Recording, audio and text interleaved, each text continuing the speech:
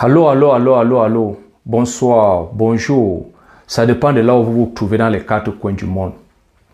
Moi, c'est l'ambassadeur Georges depuis l'Allemagne.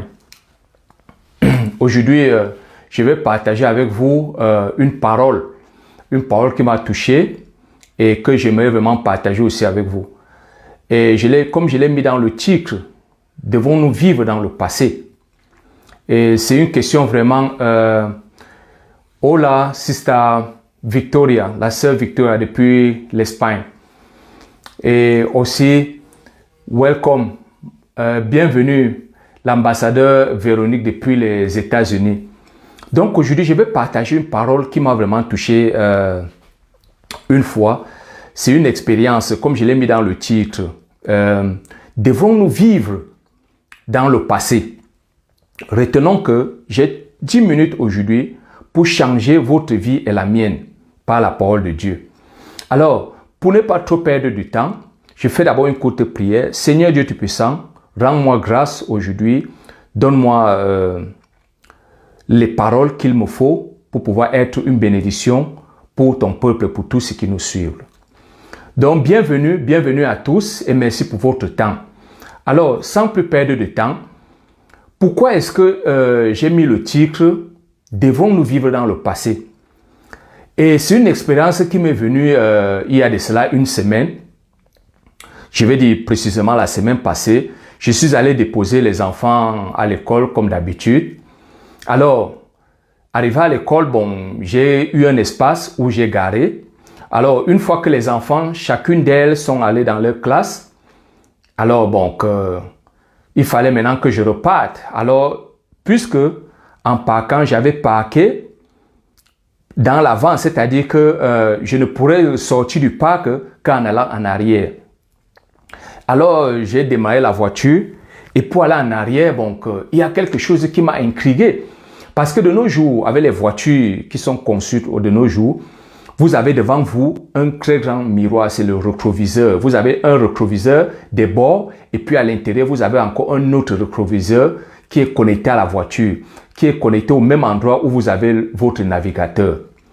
Alors maintenant voulant maintenant faire la marche arrière, mais il y a quelque chose qui m'a intrigué parce que malgré que, avec toute cette technologie, vous voyez, les voitures sont conçues de nos jours que vous pouvez même charger votre malle arrière.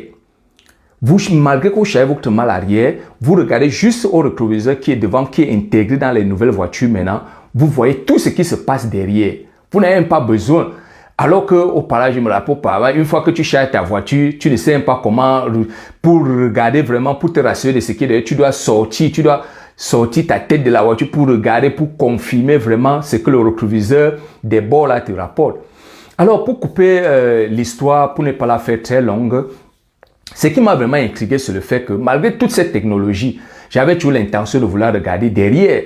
Tu vois, je n'ai pas fait totalement confiance au rétroviseur et toutes ces technologies qui sont intégrées dans la voiture. Donc, j'ai regardé toujours vers l'extérieur, quoi. Alors, j'ai alors demandé au Saint-Esprit, pourquoi est-ce qu'il m'a dit exactement, c'est comme ça que ça se passe dans notre vie. Non, donc, Dieu m'a dit que nous vivons beaucoup dans le passé sans le savoir.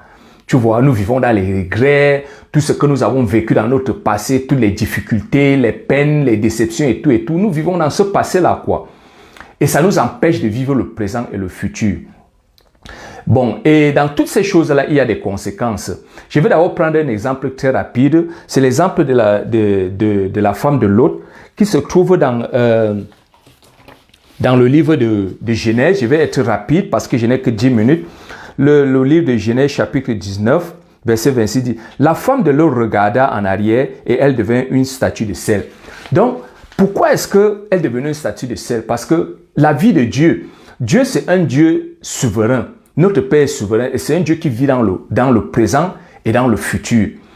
Donc, Dieu n'est pas dans le passé. Et quand vous restez dans le passé, vous devenez toute chose qui n'est pas conforme à la volonté de Dieu. Elle est devenue le sel parce que Dieu l'avait interdit. C'est pourquoi Dieu nous interdit de regarder le passé parce que devenir une boule de sel, ça veut dire beaucoup de choses. C'est des conséquences qui peuvent aussi nous arriver quand on regarde derrière.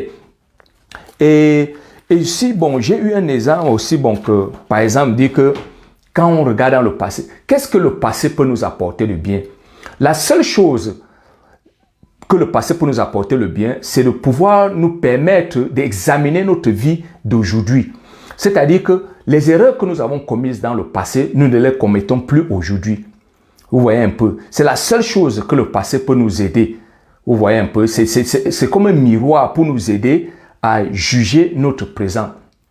Car la vie se trouve dans ce présent où nous vivons, dans ce de maintenant et dans le futur. Vous voyez un peu. Donc, c'est pour ça que Dieu nous implore de rester dans le présent. Et je veux prendre maintenant aussi un exemple qui nous encourage de regarder dans l'avant. Il dit, par exemple, l'apôtre Paul dit ici, « Frère, je ne pense pas l'avoir saisi, mais je fais une chose, oubliant ce qui est en arrière et ne portant vers ce qui est en avant. » C'est un excellent exemple. C'est-à-dire, notre vie doit être dans le futur. Mais une erreur aussi que nous ne devons pas commettre.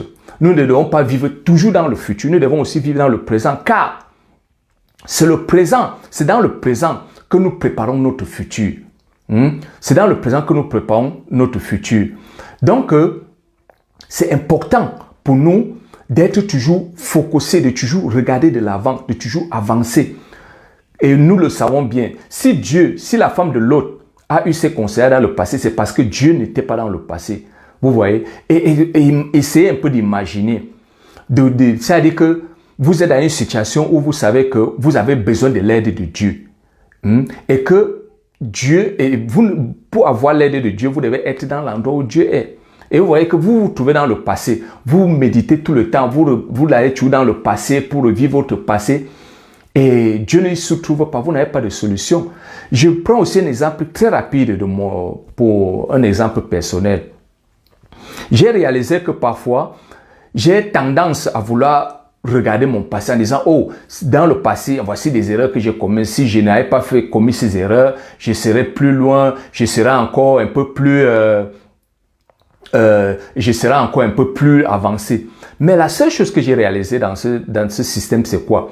Chaque fois que je me trouve dans cet environnement-là, je deviens dépressif. Je commence à avoir des regrets. Je commence même à avoir un esprit d'ingratitude envers Dieu, le Créateur. Car je commence à le juger. Je commence à dire, mais Seigneur, je suis dans cette difficulté parce que ma vie n'a pas changé, parce que c'est toi qui m'as créé. Tu ne m'as pas donné les capacités nécessaires. Tu ne m'as pas donné les éléments nécessaires pour être ce que je devais vraiment être. Vous voyez? Et cette ingratitude ne reste pas seulement avec Dieu. Ça commence à se manifester aussi même avec notre famille. Et je prends un exemple, surtout votre première famille qui est votre femme et vos enfants. Vous voyez? C'est votre première famille.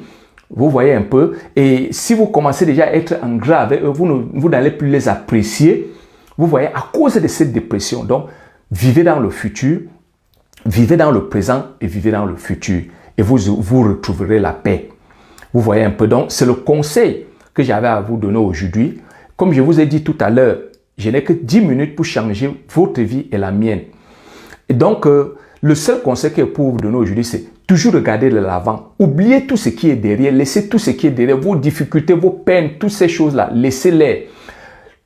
Utilisez seulement votre passé pour juger votre présent et pour devenir des personnes meilleures.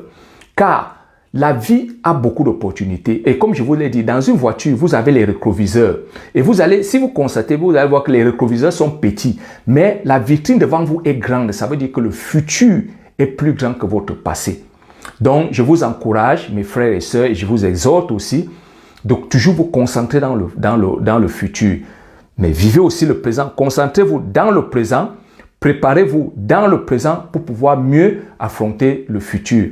Et tout cela ne peut que se manifester avec votre connexion avec le Dieu créateur tout-puissant, celui qui vous a créé.